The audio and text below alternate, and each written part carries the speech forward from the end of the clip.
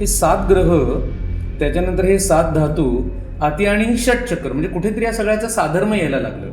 आणि मग तेव्हा जाणवलं की नाही, या सगळ्याचा डेफिनेटली कुठे ना कुठेतरी एकमेकांशी खूपच जवळचा संबंध आहे. आपले जे काही नवग्रह आहेत, रवी, चंद्र, गुरु, शुक्र, शनी, राहू, केतू, बुध, हे कुठलेही ग्रह आपल्या शरीरावरती किंवा मनावरती काहीही परिणाम करत नसतात. हे मी अगदी मी परत एकदा सांगतोय, हे कुठलेही ग्रह आपल्या शरीरावरती किंवा मनावरती काहीही फरक करत नसतात. मी तुला बोलल्यानंतर तुझ्या मनात काही तरंग निर्माण झाले ना, त्या तरंगाने तुझी चित्तशक्ती हलवली ना, चित्तवृत्ती तुझी हलवली ना, मग जर वाईट आणि विकृत शब्दांनी जर तुझी चित्तवृत्ती हलवू शकते, तर चांगल्या उच्चारांनी चित्तवृत्ती शांत कशावर नाही होणार किंवा उद्दीपित कशावर नाही होणार? दॅट इज अ मंत्रशक्ती. नमस्कार, प्राणपथमध्ये आपले स्वागत.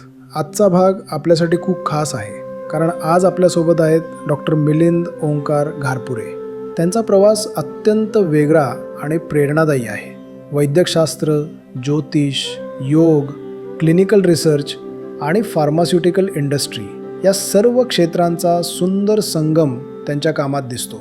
त्यांनी पुणे विद्यापीठातून वैद्यकशास्त्रातील शिक्षण घेतले आहे आणि पुढे क्लिनिकल रिसर्च तसेच इंटरनॅशनल मार्केटिंगमध्ये उच्च शिक्षण पूर्ण केले आहे. ज्योतिष संशोधन महामंडळ डोंबिवली येथून ते ज्योतिषशास्त्री आहेत. तसेच योग विद्या गुरुकुल नाशिक येथून त्यांनी योग शिक्षक आणि योग प्रवीणचे शिक्षण घेतले आहे. फार्मास्युटिकल आणि न्यूट्रास्युटिकल क्षेत्रात त्यांना 18 वर्षाहून अधिक अनुभव आहे. आयुर्वेदिक आणि न्यूट्रास्युटिकल उत्पादनांचा 10 ते 12 देशांमध्ये विस्तार करण्याचा प्रत्यक्ष अनुभव त्यांच्याकडे आहे. सध्या ते मुंबईतील एका प्रतिष्ठित फार्मा न्यूट्रा कंपनीमध्ये असिस्टंट व्हाईस प्रेसिडेंट म्हणून कार्यरत आहेत. संशोधनाच्या क्षेत्रातही त्यांचे मोठे योगदान आहे. त्यांच्या नावावर 2 पेटंट्स आणि 7 रिसर्च पेपर्स आहेत. विशेष म्हणजे ज्योतिषशास्त्र आणि त्वचारोग या विषयातील त्यांच्या संशोधन लेखनाला श्री बालाजी तांबे यांच्या हस्ते पुरस्कार मिळाला आहे. मेडिको ॲस्ट्रोलॉजी म्हणजेच ज्योतिर्वैद्यक या विषयावरही त्यांचे संशोधन प्रसिद्ध झाले आहे. आजच्या चर्चेचा विषय आहे योग, आयुर्वेद आणि ज्योतिष यांच्या समन्वित दृष्टिकोनातून आरोग्याकडे कसे पाहता येते. नमस्कार मित्रांनो, आज आपण एका एक्सायटिंग जर्नीला सुरुवात करणार आहोत. आज आमचा पहिला पॉडकास्ट आहे, प्राणपथ या ब्रँडचा पहिला पॉडकास्ट आहे. अँड एक नवीन जर्नीला आपण सुरुवात करतो आहे एका इंटरेस्टिंग टॉपिकला घेऊन. आतापर्यंत आपण सगळ्यांनी ज्योतिष, आयुर्वेद, योगशास्त्र ह्या सगळ्यांविषयी त्या फील्ड रिलेटेड नाजूक साजूक छोटी मोठी माहिती सगळ्यांना असेलच. पण ह्या तिन्ही शास्त्रांना मिळून एक जो नवीन अप्रोच आता आम्ही ह्या जर्नीपासून जी सुरुवात करणार आहोत, त्या अप्रोचसाठीच हा पहिला पॉडकास्ट आहे, ज्याच्याने आपल्या सगळ्यांच्या ज्ञानामध्ये भर पडणार आहे, आपल्याला नॉलेज गेन होणार आहे. आणि त्यासाठी मी इन्व्हाइट करतो आहे डॉक्टर मिलिंद घारपुरे यांना. नमस्कार. डॉक्टर मिलिंद घारपुरे एक आयुर्वेदिक डॉक्टर आहेत. मागच्या 15 वर्षापासून ते एक फार्मास्युटिकल रिसर्च साठी काम करत आहेत. वेगवेगळ्या पब्लिकेशन्स आहेत, त्यांचे पेपर पब्लिश झालेले आहेत, वेगवेगळे पेटंट्स आहेत त्यांच्या नावाने. अँड अजून ते एक ज्योतिष आचार्य आहेत आणि योग शिक्षक आहेत. आणि ह्या तिन्ही शास्त्रांचा मिळून त्यांनी जो म्हणजे कॉम्बिनेशन घेऊन एक जो अप्रोच घेतला आहे प्राणपथाचा, त्याच्याबद्दल आज आपण डिस्कस करणार आहोत. Doctor, welcome. नमस्कार. सो खूप इंटरेस्टिंग कॉन्सेप्टवरती आपण सुरुवात केलेली आहे आणि मला म्हणजे प्रेक्षकांपर्यंत हे पोचवायचं की ह्या तिन्ही शास्त्रांना जुळवून आणण्यासाठी हा कॉन्सेप्ट बेसिकली कसा बॉर्न झाला तुमच्या? हो, हा खूपच विशेष गोष्ट आहे की प्राणपथ याची सुरुवात तसं म्हणायला गेलं तर मी म्हणेन 20 वर्षापूर्वीच सुरुवात झाली. आता बेसिकली मुळात मी Ayurvedic doctor, BAMS, bachelor of Ayurvedic medicine and surgery. आणि वैद्यकशास्त्राला ॲडमिशन घेतल्यानंतर तेव्हा लक्षात आलं की सुरुवातीचा जसा जसा अभ्यासक्रम चालू झाला तसं तसं लक्षात आलं की औषधी वनस्पतींचा उल्लेख करताना कुठल्या औषधी वनस्पती कुठल्या तरी नक्षत्रावरती तोडाव्यात किंवा विशिष्ट नक्षत्रावरतीच त्यांचं एकत्रीकरण करावं किंवा तेलाची किंवा तुपाची सिद्धता करताना एखाद्या विशिष्ट तिथीला किंवा नक्षत्राला सुरुवात करावी किंवा व्याधींचा अभ्यास करताना इतर औषधांच्या जोडीला काही काही व्याधींसाठी अमुक अमुक तिथी चांगल्या किंवा अमुक अमुक तिथी धोकादायक असे बरेचसे संदर्भ यायला लागले. तेव्हा असं वाटलं की अरे आयुर्वेदाचा आणि या ज्योतिषाचं काही ना काहीतरी कुठे ना कुठेतरी काहीतरी संबंध आहे. ती झाली पहिल्यांदा ओळख की हां काही ना काहीतरी संबंध आहे. मग नंतरच्या काळात मी योगविद्याधाम नाशिकमधनं मी योग शिक्षक झालो आणि योगाची तोंड ओळख झाली. बेसिकली योग, आयुर्वेद आणि ज्योतिष याला ही पूर्णपणे वेदाची उपांग आहेत. हे वेदाचे डोळे आहेत. ही उपांग आहेत ॲब्सोल्युटली. आणि योगाचा अभ्यास करता करता षटचक्रांची ओळख झाली की आपल्या शरीरामध्ये 60 चक्र, मूलाधार, स्वाधिष्ठान, मणिपूर, अनाहत, विशुद्ध, आज्ञा आणि सहस्त्रदल अशी 6+1 अशी ही 7 चक्र. आयुर्वेदामध्ये आहेत 7 धातू: रस, रक्त, मांस, मेद, अस्थि, मज्जा आणि शुक्र. आणि ज्योतिषामध्ये 9 ग्रह. त्यातल्या 9 ग्रह म्हणताना ती 9 ग्रह तर नाहीच आहेत. बेसिकली 7 ग्रह आहेत आणि 2 छायाग्रह आहेत. मग कुठेतरी असं वाटलं की अरे हे 7 ग्रह, त्याच्यानंतर हे 7 धातू, अति आणि षटचक्र म्हणजे कुठेतरी या सगळ्याचं साधर्म्य यायला लागलं. आणि मग तेव्हा जाणवलं की नाही, या सगळ्याचा डेफिनेटली कुठे ना कुठेतरी एकमेकांशी खूपच जवळचा संबंध आहे. आणि तिथून प्राणपथ या संकल्पनेचा हळूहळू सुरुवात व्हायला सुरुवात झाली. आणि एक होलिस्टिक अप्रोच की आपण एखाद्याला रुग्णाला औषध देताना की फक्त औषधाचे चूर्ण देणं, काढे देणं, गोळ्या देणं म्हणजेच फक्त औषध असं नाही आहे. त्याच्या जोडीला त्याची लाईफस्टाईल सांभाळणं हे पण औषधच आहे. त्यांनी नित्यनियमाने व्यायाम करणं किंवा योगासनं करणं हे पण औषधच आहे. सो एखाद्या चिकित्सेला, क्रॉनिक व्याधीला बरं करताना जर आपण योग, आयुर्वेद आणि ज्योतिष या तिघांच्यानी बघू शकतो का, हा विचार मनात आला आणि प्राणपथ या संकल्पनेचा जन्म झाला. खूप इंटरेस्टिंग आहे. कारण आतापर्यंत एका सामान्य माणसाच्या पॉईंट ऑफ व्ह्यूने आपण जर विचार करतो की त्याला फक्त लिमिटेड नॉलेज असतं प्रत्येक गोष्टी. जसं आता ज्योतिषाबद्दल बोललं तर ज्योतिषाचं सगळ्यांना माहिती असतं की आपली कुंडली असते, आपल्या जन्मतारीख, जन्मवयानुसार कुंडली तयार होते. त्या कुंडलीमधनं बघून मग लोक म्हणजे ज्योतिषाकडे गेले तर ज्योतिष सांगतं की तुमचं नक्षत्र, हा ग्रह ह्या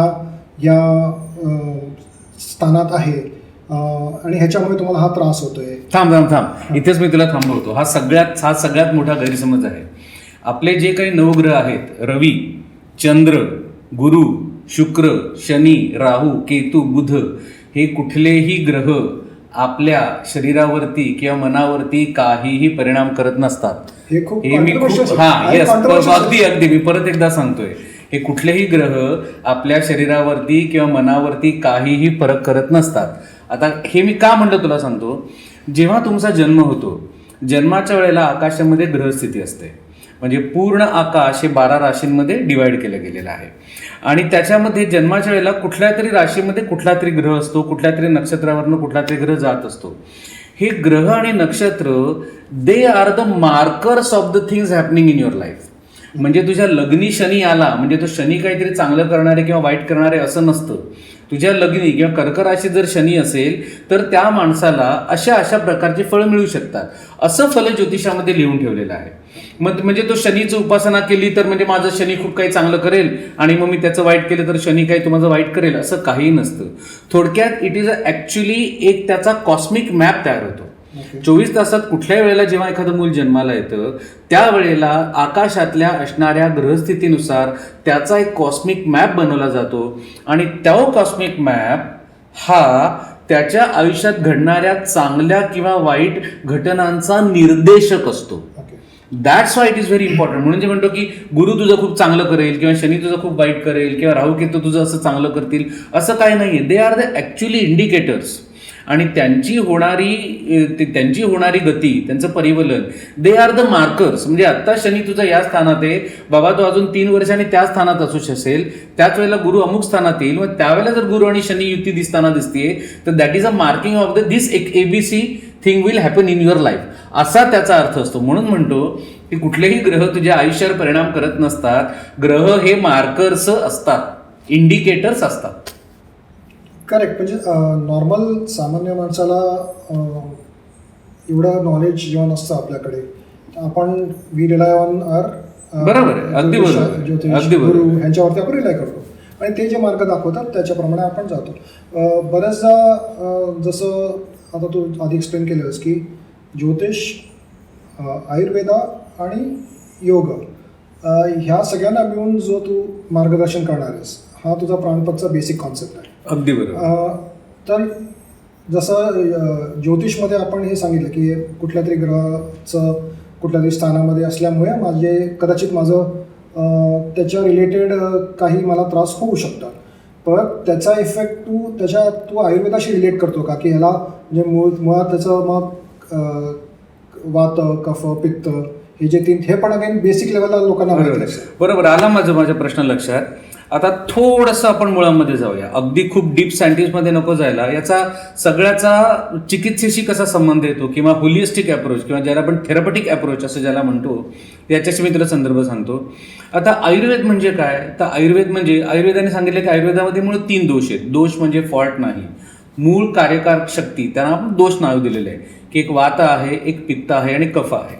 आयुर्वेदामध्ये 7 तुला धातू सांगितलेले आहेत. रसधातू म्हणजे प्लाझ्मा, रक्त म्हणजे ब्लड, मांस म्हणजे मसल, मेद म्हणजे फॅट किंवा शुक्र म्हणजे ॲक्च्युली सिमेन, अस्थि म्हणजे ॲक्च्युली बोन म्हणजे अस्थि. तर हे झाले 7 तुझे धातू. आणि 3 मलं सांगितले होते की त्याच्यामध्ये पुरुष आहे, त्याच्यामध्ये मूत्र आहे आणि त्याच्यामध्ये स्वेद आहे. या सगळ्यांनी एक आयुर्वेदाचा बेसिक कन्सेप्ट तयार होतो. ह्या बेसिक कन्सेप्टच्या सहाय्याने कुठेतरी व्याधी निश्चितीला मदत होते. हे व्याधी निश्चिती झाल्यानंतर हेच जर तू योगशास्त्राकडे जर बघितलंस तर तुला जे मी सांगितलं की आपल्याला जी षटचक्र आहेत की मूलाधार चक्र, स्वादिष्ठान चक्र, मणिपूर चक्र, त्याच्यानंतर हे अनाहत चक्र, कंठाशी असलेलं विशुद्ध, आज्ञा आणि सहस्त्रदल, आपल्या पूर्ण या चक्रामध्ये एक एनर्जी फ्लो सतत निरंतर चालू असतो. आणि याच एनर्जी फ्लोवरती पूर्णपणे शरीराची चयापचय प्रक्रिया चालू असते. आयुर्वेदानुसार या सगळ्या दोषधातू मलांवरती चया प्रक्रिया चालू असते. योगशास्त्रानुसार या षटचक्रांवरती चयाची प्रक्रिया चालू असते. पूर्ण शरीर हे षटचक्रांमध्ये विभागलं गेलेलं आहे. प्रत्येक अवयव, उदाहरणार्थ आपला हातपाय घेतले तर ते कुठल्या चक्राच्या अंडर येतात.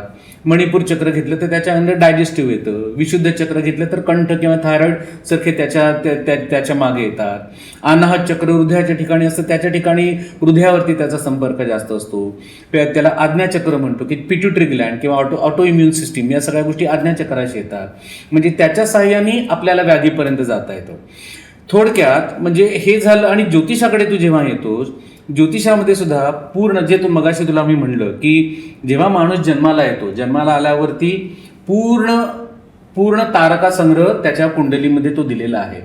तर या 12 राशींमध्ये, या 27 नक्षत्रांमध्ये, या नवग्रहांमध्ये पूर्ण शरीर डिव्हाइड केलेलं आहे तुझं. म्हणजे पहिल्या स्थानापासून दुसऱ्या तिसऱ्यापासून 12व्या स्थानापर्यंत एखादं लहान मूल कसं झोपलेलं असतं त्यानुसार प्रत्येक अवयव हा प्रत्येक नक्षत्राशी जोडला गेलेला आहे. तर थोडक्यात आता योग, आयुर्वेद, ज्योतिष याचा एकत्र संबंध कसा आहे तो मी तुला सांगतो. की एक लक्षात घे की आपण दिव्याच्या प्रकाशात चाललेलो आहोत. म्हणजे ज्योतिषाचा मी दिवा लावला, त्या दिव्याच्या प्रकाशामध्ये मला त्याची व्याधी अवस्था कळली किंवा त्याचा मला व्याधीचा कालावधी कळायचा मी प्रयत्न केला.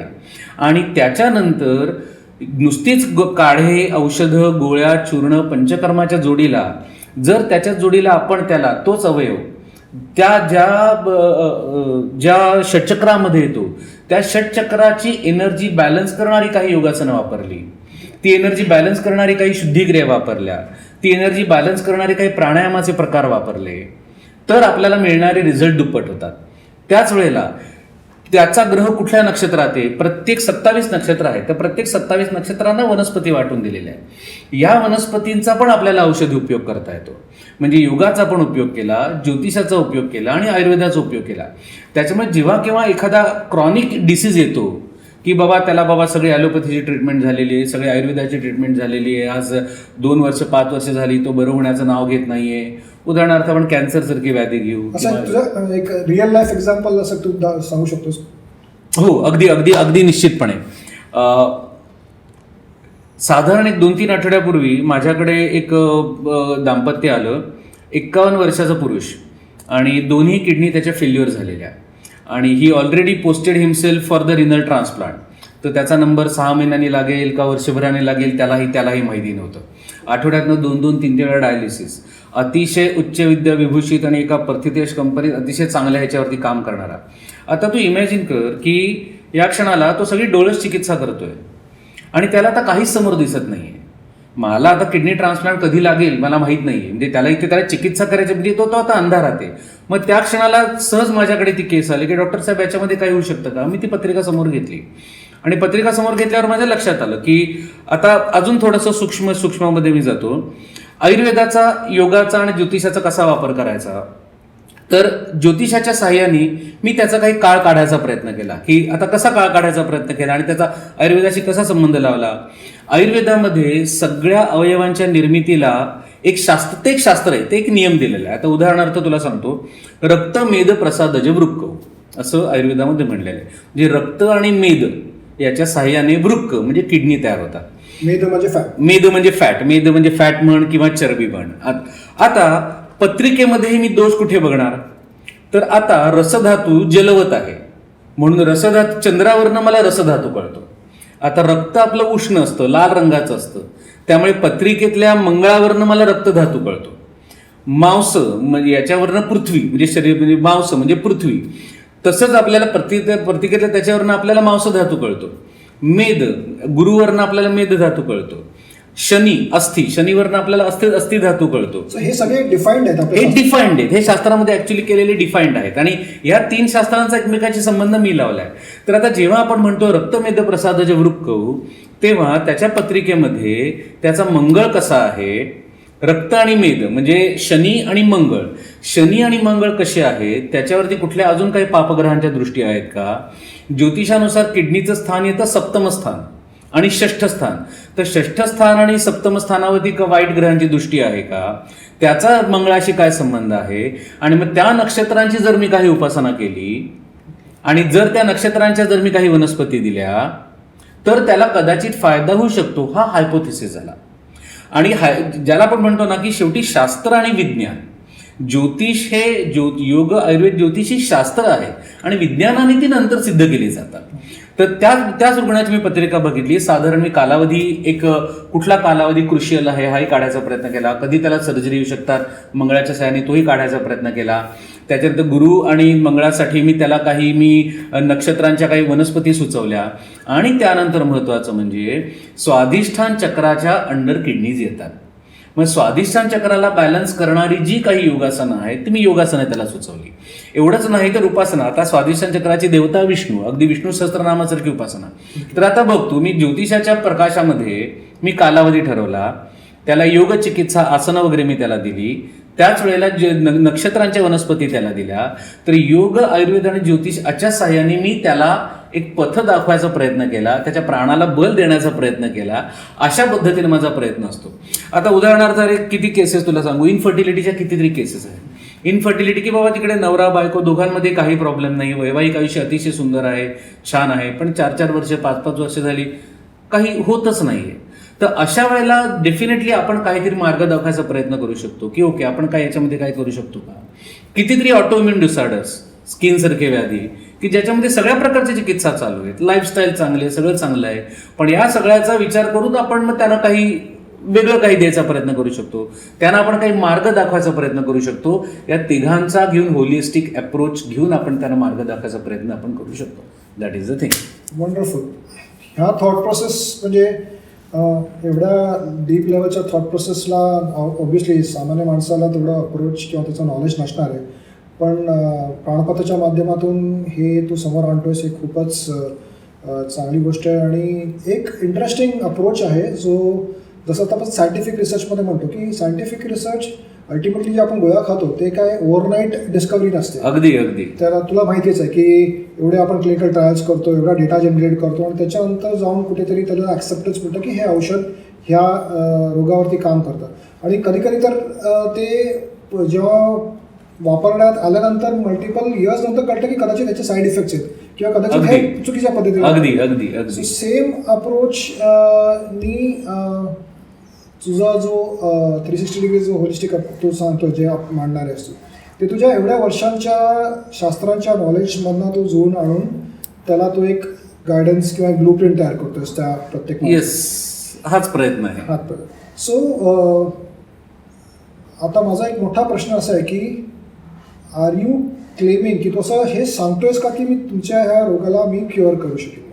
Excellent question. आणि बरं झाला प्रश्न विचारलास. तू विचारला नसतास तरी पण मी तुला सांगितलं असतं. एक तर कोणीही मी बरं करीन असा मी कुठलाही दावा करत नाही आणि करणारही नाही. आणि असा जर कोणी दावा करत असेल तर त्यांनी करू नये या मताचा मी आहे. परत मी तुला म्हणलं तसं की माझं नावच आहे याचं प्रोसेसचं प्राणपथ, म्हणजे मी रस्ता दाखवण्याचं मी काम करणार आहे.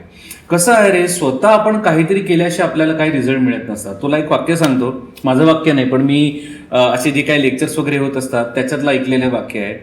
कालपर्यंत तू जे करत होतास आजही तेच केलंस तर उद्या तुला तेच रिझल्ट मिळत होती जे काल मिळणार आहे. आता परत एकदा सांगतो, कालपर्यंत आपण जे करत होतो म्हणजे कालपासून आपण काही वाईट व्यसन करत होतो तर आणि त्याचे आपल्याला जे रिझल्ट मिळत आहे, आजही जर मी तेच करत राहिलो तर उद्या मला त्याची फळ तीच मिळणार आहे. एक्झॅक्टली उलट, जर मी माझी लाईफस्टाईल बदलली आणि जर मी काही वेगळा चेंज केला तर मला मिळणारे उद्या चांगले रिझल्ट हे वेगळे असणार आहे. आता मगाचंच उदाहरण मी तुला परत घेतो. आता हा किडनीचा त्या दुर्दैवाने त्या माणसाला झालेला व्याधी, मी त्याला एक मार्ग दाखवायचा प्रयत्न केला की बघ रे बाबा, की तुला ह्या वनस्पती वापरायला पाहिजे, तुला ही योगासनं करायला पाहिजे आणि या तुला उपासना करायला पाहिजे. ह्या उपासना केल्यानंतर तुला कदाचित फळं तुला कदाचित चांगली मिळतील, पण हे कुठेतरी स्वतः काहीतरी केलंच पाहिजे ना. म्हणजे मी काहीच करणार नाही, I will just pop up the पिल आणि मी आता बरं वाटायला पाहिजे, कारण मी काहीच करणार नाही, मी आजही सकाळी उठतोय तसाच मी उठत राहणार, मला तसंच मिळत राहायला पाहिजे, असं नाही होणार. त्याच्यामुळे मी मार्ग दाखवायचा प्रयत्न करणार. योगाच्या अभ्यासातनं मला जे काही सुचतंय किंवा ज्योतिषाच्या अभ्यासातनं मला जो काही काळ दिसतोय किंवा आयुर्वेदाच्या अभ्यासातनं मला ज्या काही वनस्पती किंवा ज्या काही मला शुद्धिक्रिया किंवा ज्या काही मला पंचकर्म कराविषयी सांगाविषयी वाटत आहेत, हे त्यांनी स्वतः काहीतरी केलं पाहिजेच. त्याच्या लाईफस्टाईलमध्ये त्यांनी बदल केला पाहिजेच, त्यांनी आहारात विहारात विचारांमध्ये त्यांनी बदल करायला पाहिजेच. आणि हे सगळं करण्यासाठी मी त्याला एक दिवा दाखवतोय की या दिव्याच्या प्रकाशात बाबा तू या गोष्टी केल्यास की जे आतापर्यंत तू काहीच केलेल्या नाहीयेस, जर तुला त्याने डेफिनेटली निश्चितपणे बरं वाटेल. ऑफकोर्स, म्हणजे एक गुरु कधी पण एक मार्ग दाखवतो त्या शिष्याला, ते त्या मार्गात. मला तू गुरु वगैरे म्हणू नकोस, मी गुरु वगैरे एवढा असा काही मोठा निश्चितच नाहीये, पण ही जी गुरूंनीच सांगितलेली, आता वेद हे आपले गुरु आहेत, वेदांनी जे आपल्याला डोळे जे दिलेले आहेत, योग आयुर्वेद आणि ज्योतिष हे आपल्याला डोळे दिलेले आहेत. या डोळ्यांनी आपल्याला जे जे काही दिसतं या तिन्ही शास्त्रांचं एकत्रित सांगड घालून आपल्याला काहीतरी आपल्याला करता येऊ शकेल क्रॉनिक व्याधींसाठी. सो प्रॉब्लेम असा मला असं जाणवतं की नॉर्मल आपल्या सामान्य माणसांसाठी जेव्हा आपण म्हणतो की आपण आपली कुंडली दाखवली का ज्योतिषांकडे, त्या ज्योतिषांनी सांगितलं की तुझ्यावरती हा ग्रह भारी पडतोय, तू असं काहीतरी पूजापाठ कर किंवा असं काहीतरी कुठेतरी तीर्थाला जाऊन ये किंवा असं कर. योगासाठी एक पर्टिक्युलर पॅटर्न जर दिला असेल तर ते योगा करण्यासाठी किती वेळ जाईल, हे योगासनं मला जमेल की नाही जमणार, किती दिवसातला मी अर्धा तास 1 तास त्याच्यामागे घालू शकेन की नाही घालू धावपळीच्या जीवनात. आयुर्वेदाचं तर ते कडू काढे चूर्ण हे सगळ्याचं मी सेवन करू शकेन की नाही करू शकणार. नॉर्मल माणसांना ह्या सगळ्या गोष्टींचं माहिती असते, म्हणजे कळतं पण वळत नाही असं गोष्टीवरती असतो आपण. पण तुझ्या गायडन्समधनं जर हे फॉलो केलं गेलं तर you are giving some assurance की तुला त्या त्रासातनं थोडी तरी त्याच्यामधनं सुटका मिळेल किंवा त्याच्यामधनं तुला मार्ग एक बाहेर पडायचा मिळेल बेसिकली. हो अगदीच आहे. ज्याला आपण म्हणतो ना की फोकस गोष्टी. आता उदाहरणार्थ मी तुला मगाशी म्हणलं तसं की योगशास्त्रामध्ये शुद्धिक्रिया दिल्या, धवती बसती तथा नेती नवलिकी त्राटकम तथा.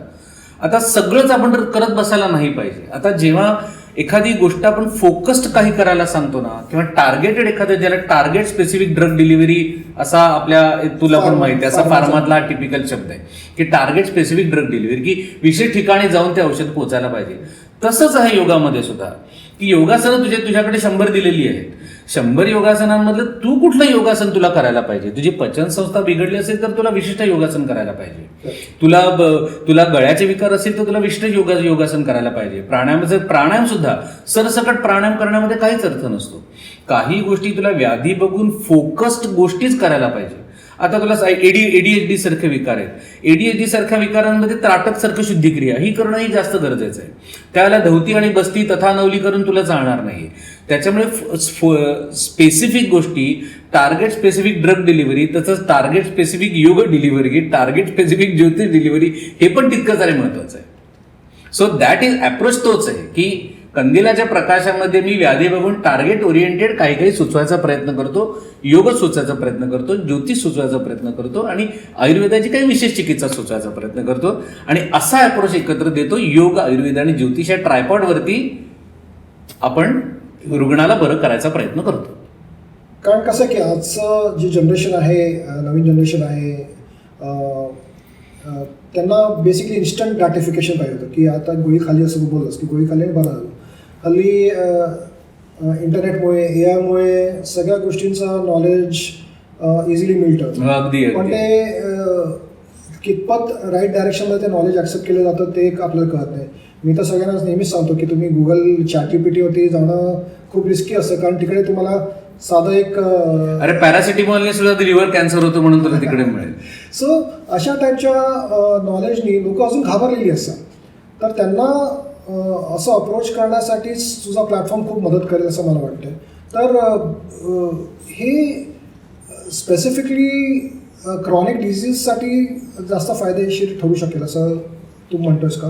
हो, आता दोन गोष्टी मी तुला सांगतो याच्यामध्ये परत, की व्याधी परत दोन प्रकारचे असतात अगदी ढोबळमानाने. एक इमिजिएट काहीतरी कारणांनी होणारे व्याधी आणि काही चिरकालीन तुमच्या सवयींमुळे होणारे व्याधी. म्हणजे अगदी स्पष्ट बोलायचं, काल मी पाणीपुरी खाल्ली आणि आज मला जुलाब झाले, that is a one reason. आणि वर्षानुवर्ष मी काहीतरी चुकीचं बाहेरचं खातोय पितोय आणि माझं कोलेस्ट्रॉल वाढून मला अमुक झालेलं व्याधी. आता कसं आहे की प्राणपथ ही संकल्पना प्रामुख्याने the all kind of the chronic diseases which is not responding to the taking a regular treatment. म्हणजे मगाशी तुला म्हणलं तसं की सगळ्या प्रकारचे कॅन्सरसारखे व्याधी किंवा कुठल्या तरी जीर्ण व्याधींवरती सजेस्ट केलेल्या सर्जरीज किंवा मानसोपचारांवरती ती अतिशय मोठ्या प्रमाणात आपण अतिशय चांगले आले उपचार देऊ शकतो. म्हणजे उदाहरण अगदी तुला सांगायचं झालं तर मानसव्याधी आजकाल अँझायटी, ADHD, डिप्रेशन हे इतक्या पराकोटीचं वाढत चाललेलं आहे तुझ्या लाईफस्टाईलमुळे किंवा तुझ्या ओव्हर एक्सपेक्टेशन्स लाईफमधल्या असल्यामुळे. आता एक साधा श्लोक आहे, चंद्रमा मनसो जाता, की चंद्रावरनं मन बघावं. थोडक्यात जेव्हा तुझी पत्रिका तुझ्यासमोर एखादी येते त्याच वेळेला की त्याचा चंद्र कुठे आहे बाबा, चंद्र कुठल्या नक्षत्रात आहे, चंद्र कृत्तिकेसारख्या उष्ण नक्षत्रात आहे का चंद्र जल नक्षत्रात आहे. त्या नक्षत्रानुसार मग आपण त्याला वनस्पती जरी सिलेक्ट केले तर त्या चंद्राच्या अवस्थेवरनं आपण त्याला योग्य आयुर्वेदीय पण चिकित्सा देऊ शकतो आणि काही योग्य त्याला योगासनं पण सांगू शकतो. आणि त्याहीपेक्षा मी तुला सांगतो म्हणून तुला म्हटलं तसं की क्रॉनिक डिसऑर्डर्स याच्यावरती खूप मोठ्या प्रमाणात आपल्याला प्राणपथाच्या सहाय्याने आपल्याला खूप चांगल्यापैकी आपल्याला रिझल्ट देता येतात. त्याच्याच जोडीला तुला मी सांगतो ना, एक प्रोफायलॅक्टिक अप्रोच हा नावाचा पण ते पण आपल्याला करता येतं. प्रोफायलॅक्टिक म्हणजे प्रोफायलॅक्टिक हा आपला शब्द झाला.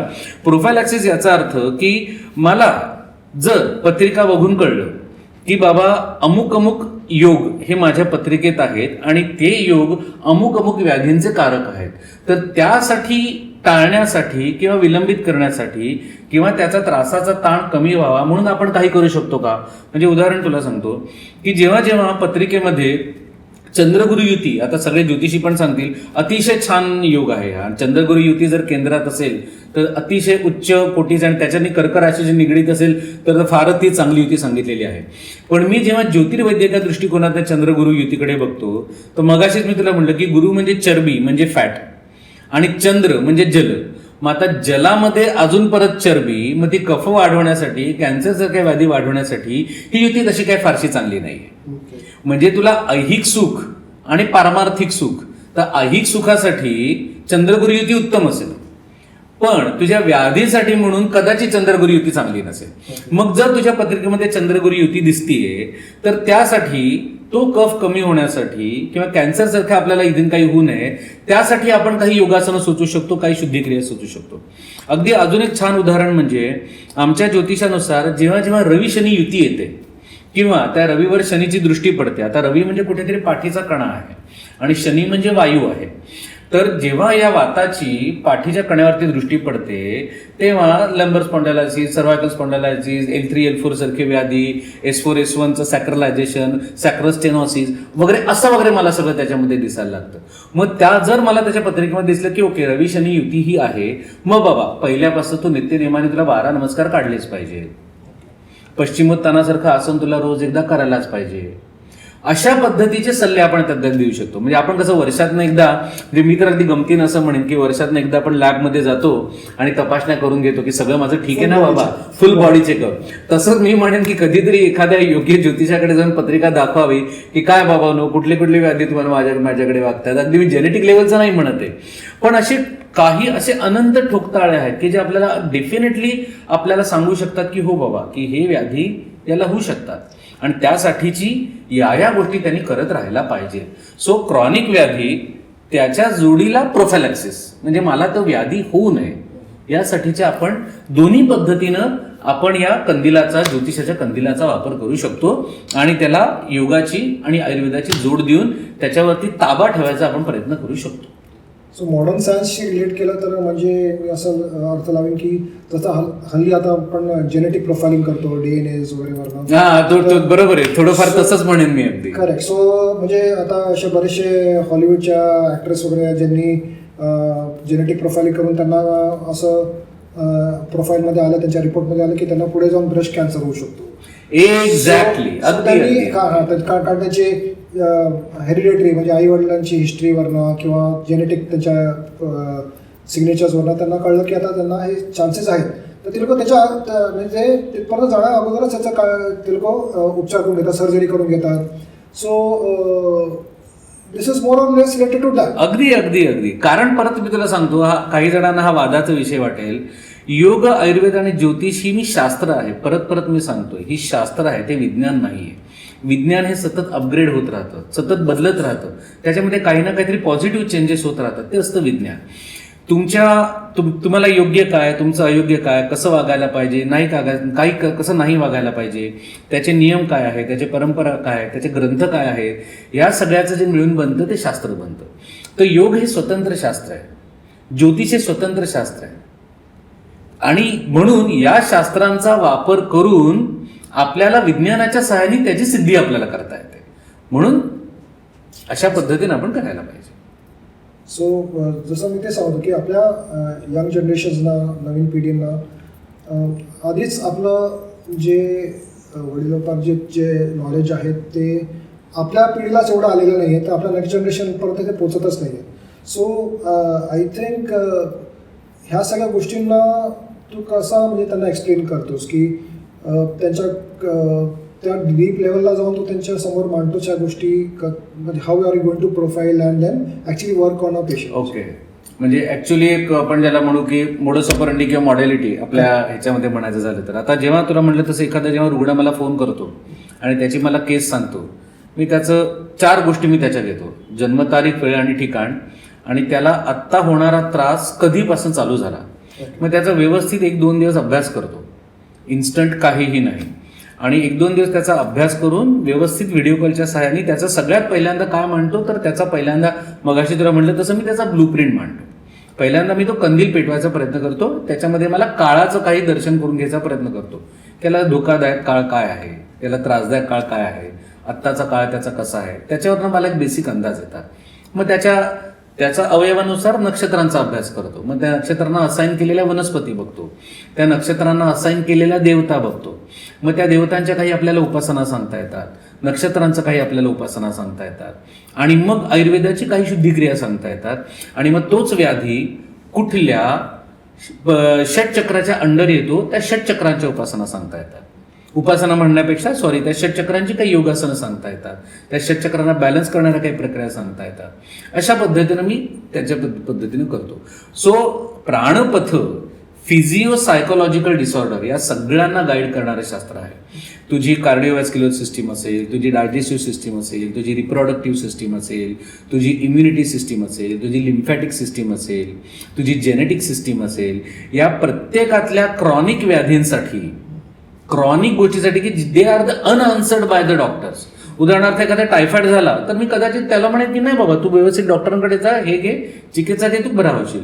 पण बाबा मला तो व्याधी म्हणजे मला ज्वर झाला आणि तो ज्वर गेल्या 6 महिन्यापासून बराच होत नाही, तो ताप उतरतच नाही, कारण मला कळतच नाहीये. तेव्हा अशा वेळेला ते काय कारण असू शकतं, अशा पद्धतीने आपण त्याला शोध घ्यायचा आपण प्रयत्न करू शकतो. सो बेसिकली तो ज्योतिष थ्रू तो कंदील लावतोयस, दिवा लावतोयस आणि ते तू मार्ग शोधायचा प्रयत्न करतोयस त्याच्या ब्लूप्रिंटसाठी. तू आयुर्वेदाच्या प्रमाणे त्यांना तू औषधं किंवा डाएट फॉलो करायचं गायडन्स देतोस. योगासनांनी तू त्यांचं षटचक्रांचं बॅलन्सिंगसाठी. एक्झॅक्टली, मला वाटतं तुला कळलंय बहुतेक व्यवस्थित. नाही ना, ऑफकोर्स एवढं चांगल्या पद्धतीने तू डिस्क्राईब करत आणि ऑडियन्सला पण हे सोप्या भाषेत कळलं पाहिजे.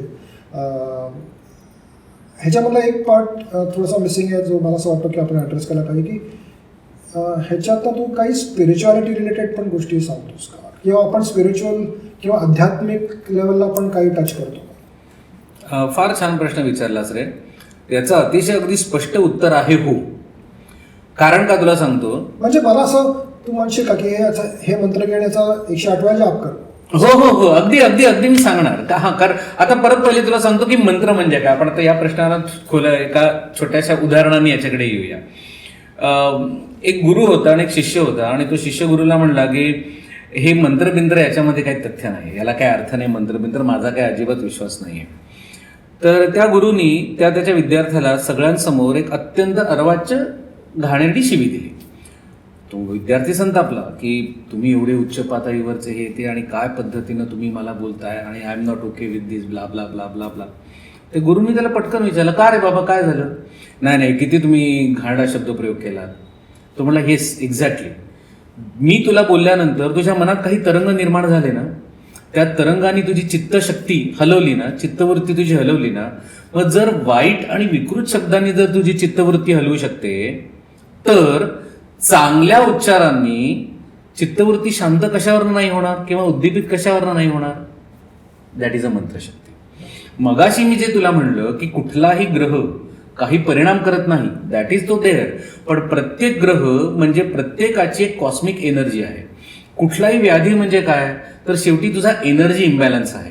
आणि या एनर्जीला बॅलन्स करण्यासाठीच्या काही उपासना आपल्यामध्ये सांगून ठेवलेल्या आहेत. त्या उपासना जास्त खोलात न जाता, जास्त डोकं न चालवता उपासना शांतपणे आपण त्या फॉलो कराव्यात. अगदी उदाहरणार्थ तुला सांगतो की अथर्व शीर्ष आपण म्हणतो, अथर्व शीर्षामध्ये म्हणलेले मूलाधार स्थितोय नित्यम. गणपतीचं स्थान काय सांगितलंय, तर मूलाधार सांगितलेलं आहे. आता मूलाधार चक्र काय काय कंट्रोल करतं. मूलाधार चक्र हे टोटल तुझं रिप्रोडक्टिव्ह सिस्टीम तुझं फॉलो करतं. मूलाधारला 4 पाकळ्या सांगितल्या आहेत, व स श स. आणि मूलाधाराच्या ठिकाणी गणपती राहतो. आणि तोच मूलाधार चक्र तुझं पूर्णपणे पुरुषांमध्ये टेस्टीज, तुझे ऑल जेनॅटल ऑर्गन्स, फिमेलमध्ये युट्रस, ऑल तुझे ओव्हरीज, हे तुझं मूलाधार चक्राच्या ठिकाणी कंट्रोलमध्ये केलेले जातात.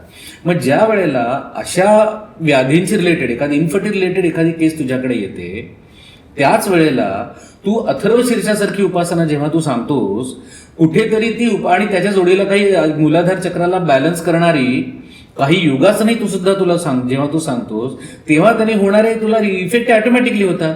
आता विश्वास ठेवायचा का नाही हा पर ज्याचं वैयक्तिक आहे. पण जर तू म्हणलास आध्यात्मिक आहे, तर माझं क्लिअर कट उत्तर आहे हो. कारण कसं आहे ना, ज्योतिष, योग आणि आयुर्वेद तिघही पुनर्जन्माला मानतात. आणि पुनर्जन्मामध्ये जेव्हा जेव्हा काही म्हणजे प्रत्येक कर्मानुसार शेवटी कसं आहे रे, की एक असं लक्षात घे, ती एक 800 MB ची सीडी आहे. आणि ही सीडी प्रत्येक कॉम्प्युटरवरती वाचते. म्हणजे मी अगदी सामान्य भाषेत तुला उदाहरण देतो की या कॉम्प्युटरमध्ये मी 100 MB डाटा भरला, त्या कॉम्प्युटरमध्ये मी 500 MB डाटा घेतला. असं करत करत कधी ती सीडी फुल होणार आहे. पण हीच सीडी प्रत्येक कॉम्प्युटरवरती, आताच्या काळात आपण पेनड्राईव्ह घेऊ, सीड्या मिळत नाहीत, तो पेनड्राईव्ह कधी ना कधीतरी फुल होणार आहे. त्याच्यामुळे हेच संस्कार घेऊन तुम्ही पुढच्या जन्मात जात असतात, हीच कर्म घेऊन तुम्ही पुढच्या जन्मात जात असतात. आणि हेच कर्म तुमच्या व्याधीनं निर्माण करणारे असतात. आणि मग हे पॉझिटिव्ह कर्म, हे निगेटिव्ह कर्मामुळे व्याधी झाला, मग पॉझिटिव्ह कर्म केल्यामुळे माझा व्याधी बरा होईल का, असं नसतं. निगेटिव्ह कर्माची जी त्रास आहे ते तुला भोगायलाच लागणार आहे. जे पॉझिटिव्ह कर्म ते तुला पुढच्या काळात तो तुझं प्रारब्ध तू तयार करतो. जाऊन दे, आपण आता फार खोलात जाऊ या विषयामध्ये, एवढं जायचं. मला तुला सांगायचा प्रयत्न एवढाच आहे की हो, हे आध्यात्मिक आहे. आणि आपल्या नैमित्तिक आहारामध्ये, विहारामध्ये, विचारांमध्ये आपण नैमित्तिक छोटीशी का उपासना ही आपण ठेवायलाच पाहिजे. आणि ही उपासना आपण ठेवली तरच आपल्याला आत्ताही चांगले रिझल्ट मिळतात आणि पुढचं प्रारब्धही आपण चांगलं करत असतो. सो बेसिकली परत ह्या सगळ्या गोष्टी एकत्र केल्याने तुमचं मग ते मॅग्निफाईंग फॅक्टर असतं ते तुमचं अगदी बरोबर, ते वाढतं बेसिकली. अगदी नक्की. अँड म्हणजे आपण म्हणतो की ह्या सगळ्यांना आपण इंडिव्हिज्युअल लेवलला थोडं बहुत नॉलेज प्रत्येकाला असतं. जसं तुझं राईटली सांगितलंस की योगा, तर टार्गेट डिलिव्हरी सिस्टम म्हणजे तुझ्या ज्या व्याधींना बरं करण्यासाठी जे योगासनं ती कर. तसं नॉलेज आपल्यापर्यंत कधीच्यात येत असेल. नॉर्मल आता आपण योगा क्लासेस जॉईन करतो, तिकडे तो येऊन 4-5 आसनं शिकवतो आणि रोज हे फॉलो करतो. पण हे जे टार्गेट स्पेसिफिक अप्रोच जो आहे तो आतापर्यंत मला म्हणजे असं वाटत नाही की आपण कधी असा अप्रोच घेतलाय म्हणजे ॲज अन इंडिव्हिज्युअल आहे. बऱ्याच जणांनी असा करायचा प्रयत्न केला, पण इतक्या फोकस पद्धतीनं मी नाही कुठे बघितलेलं की बाबा हा व्याधी आणि हे हा व्याधी आणि ही योगासनं, हा व्याधी आणि he talking about the yoga gurus और योगा शिकवणारे जे असतील किंवा बाकीचे, I am talking about as a individual. हो बरोबर. सो आता मला हे जे तू कोरिलेशन सांगितलंस त्या सगळ्या गोष्टींमध्ये, जसं अथर्व शीर्ष आणि त्या मंत्राचं आणि आपल्या रिप्रोडक्टिव्ह सिस्टमचं असं रिलेशन, हे तर मला आयडियाच नव्हती. म्हणून तर प्राणपथ आहे ना, की ते तिघांचा एकत्रित मांडलेला विचार, that is a Pranpath. That is something which is exponentially. अरे याच्यात थांब, तुला एक उदाहरण, अजून एक गंमत सांगतो. कसं आहे, जेव्हा मूल अगदी छोटं जन्माला येतं, लेट से एक 3 दिवसाचं 4 दिवसाचं, आणि त्याला लघवी होत नसेल, तर तू ऐकलं असेल कधीतरी की आपल्या आज्यांनी आयांनी त्या पोराच्या पोटावरती हात ठेवलेला आणि असा आवाज केला की ते पोरगं लघवी करतं. आता तू गंमत बघ, मूलाधार चक्राच्या 4 पाकळ्या आहेत आणि त्या पाकळ्यांची नावं आहेत व स श सु. ओके. आता श हा मूलाधार चक्रावरती, जेव्हा ते जन्माला आलेलं बाळ असतं की त्याच्यावरती कशाचंही आहाराचे विहाराचे विचारांचे संस्कार झालेले नसतात, ते निर्लेप असतं. फक्त स्वराच्या सहाय्याने त्याला लघवी होते. ते कुठे ना कुठेतरी मूलाधार चक्रावरती आपण त्याच्यावरती एक टार्गेट केलेलं असतं आणि साध्या या उपायाने सुद्धा त्याला होतो. बघितलं असेल तू अनेक वेळेला. नाही हे तर माहितीच होतं, पण ह्याचं रिलेशन असं आहे.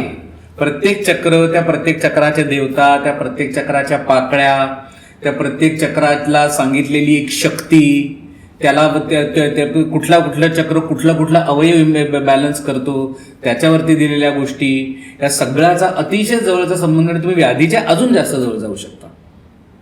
खूपच खोल विषय असणार आहे. मला वाटतं ना या विषयावरती आपण एकदा स्वतंत्रच बोलूया. नाही, ऑफकोर्स ह्या सगळ्या गोष्टींना तर म्हणजे असं ऐकून तर आपण असं वाटतं की प्रत्येक पॉडकास्टसाठी एक टॉपिक तयार होते आमचा. सो पुढचा माझा बऱ्याचशा गोष्टी आपण कव्हर केलेल्याच आहेत ऑलमोस्ट. नॉर्मल माणसाला किंवा त्यांना जेवढं हे अंडरस्टँडिंग पुरतं जेवढं तो एक्सप्लेनेशन दिलं, आय एम शुअर की ऑडियन्सला हे समजलं असेलच, जे मला तरी समजलं आहे.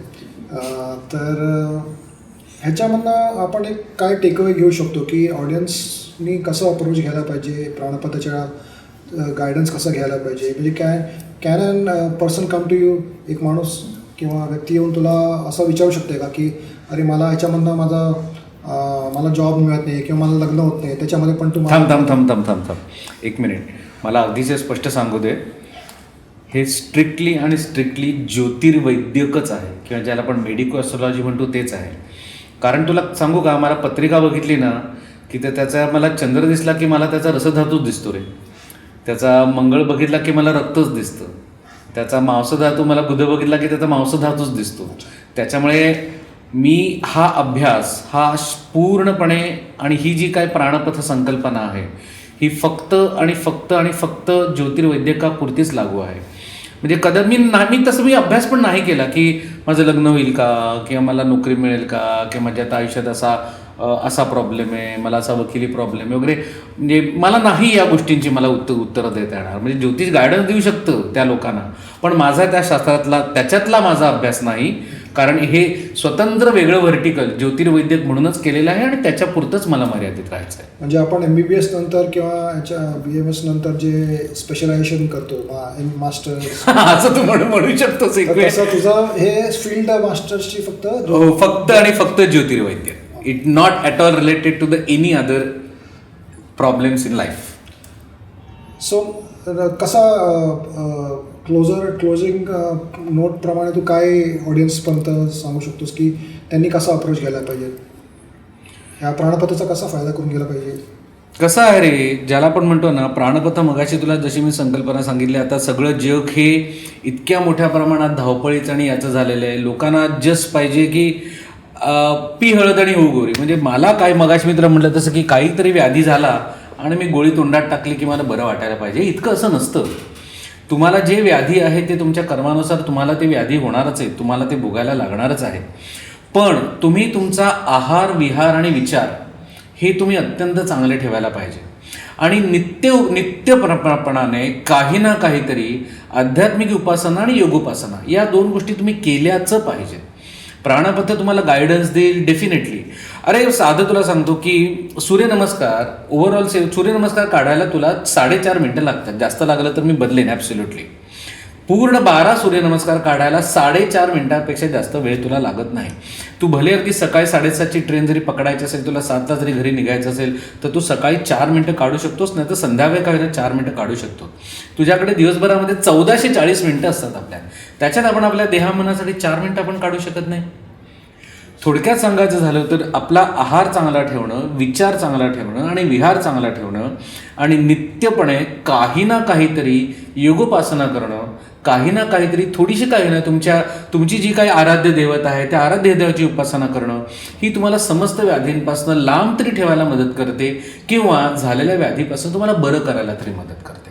तर मला हेच सांगायचं की प्राण आहे हा शेवटी, प्री अन, उद अन, अक अन हे सगळे वेदाने सांगितलेल्या प्राणाचे आहे. तुमच्या प्राणाला स्थिर ठेवण्यासाठी, तुमच्या प्राणाला जपण्यासाठी तुम्ही या गोष्टी तुम्ही नित्यनेमाने करत राहाव्यात. एस्पेशली जेनझीज पिढी जी आलेली आहे किंवा मिलेनियम, आपण जरा तरी मिलेनियमवाले आहोत, पण जेनझियमवाल्यांना हे मला आवर्जून सांगावं असं वाटतं की या शास्त्रावरती विश्वास ठेवा आणि या गोष्टी काहीतरी करत राहा.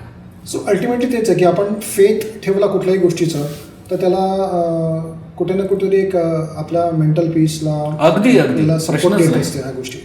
आपल्या फार्मा लँग्वेजमध्ये म्हणतो आपण कधी कधी तो प्लॅसिबो इफेक्ट पण असू शकतो, पण ऑफकोर्स याला सायन्स बॅक्ड आहे तर त्याला मी प्लॅसिबो इफेक्ट असं म्हणणार नाही, पण कुठेतरी एक मनाला एक शांती पण मिळते की मी हे ट्राय करतोय तर ह्याच्याने मी बरा तरी होईल. एक्झॅक्टली, की मी काहीतरी करतोय म्हणजे मला काहीतरी चांगलं, मी काहीतरी चांगलं करतोय म्हणजे मला काहीतरी चांगलं मिळणार आहे.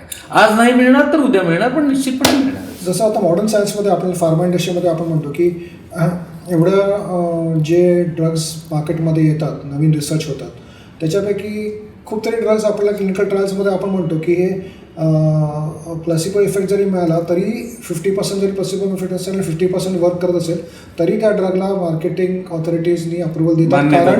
बरोबर, कारण दोन्ही पद्धतीने लोकांना फायदाच होतोय असं त्यांचं म्हणणं. अगदी निश्चित. सो म्हणजे हा अप्रोच घेण्याने काही नुकसान तर नाहीच आहे, निश्चितच, पण फायदाच फायदा, म्हणजे होईल तो फायदाच होणार आहे बेसिकली. सो एक प्राणपथ हा तुझा जो अप्रोच आहे तो एक खूपच युनिक आणि इंटरेस्टिंग अप्रोच आहे.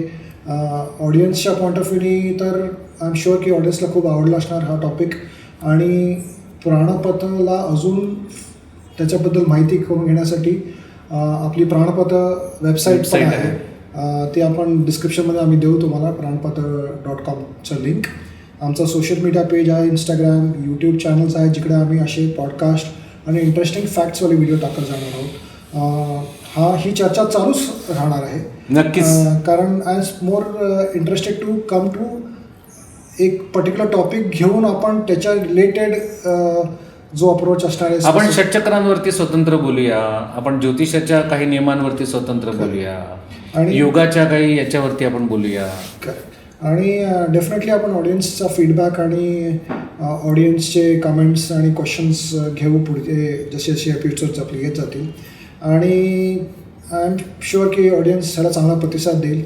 तुम्ही डेफिनेटली प्राणपथच्या वेबसाईटवरती जाऊन तुम्ही अजून माहिती घेऊ शकता. आणि ऑफकोर्स तुमचं कन्सल्टेशन प्रोसिजर तर ऑलरेडी चालू आहेच, तर तुम्ही 1-on-1 कन्सल्टेशन पण बुक करू शकता आमच्या वेबसाईट थ्रू. डॉक्टर मिलिंद प्राणपथ दाखवण्यासाठी एकदम तयार आहेत आपले शास्त्र घेऊन. डॉक्टर खूप चांगल्या पद्धतीने एक्सप्लेन केलं. वी एक्सपेक्ट की ह्या टॉपिक्स असे आपण पुढच्या पॉडकास्टला जाऊ, अजून डिटेलमध्ये आपण जाऊ या गोष्टींबद्दल. नक्कीच. So thank you once again so much. सर्वेपि सुखिनः सन्तु, सर्वे सन्तु निरामया. थँक्यू.